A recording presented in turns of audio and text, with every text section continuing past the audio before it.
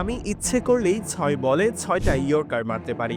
রিপন মণ্ডল কয়েক মাস আগে যখন এমন কথা বলেছিলেন, তখন সবাই ভেবেছিল রিপন হয়তো নিজেকে অতিরঞ্জিত করে ফেলছেন।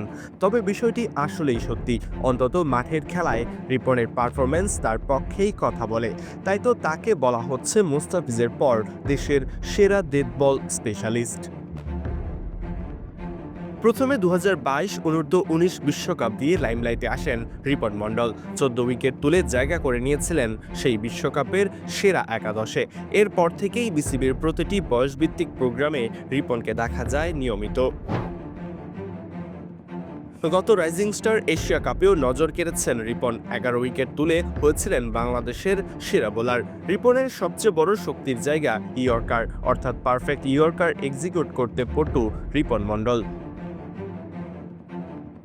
একই সাথে হার্ড লেন্থে অনবরত বোলিং করতে পারার দক্ষতাও রয়েছে রিপনের। সুযোগ বুঝে বাউন্সার স্লোয়ারও করতে পারেন এই বোলার। এমনকি প্রতিনিয়ত নিজেকে পরিবর্তন করার তীব্র ক্ষুধাও রয়েছে রিপনের মাঝে। কদিন আগেই রিপন বোলিং করতেন ১৩০+ গতিতে, আর এখন হরহামেশাই তুলতে পারেন ঘন্টায় ১৪০ কিলোমিটার।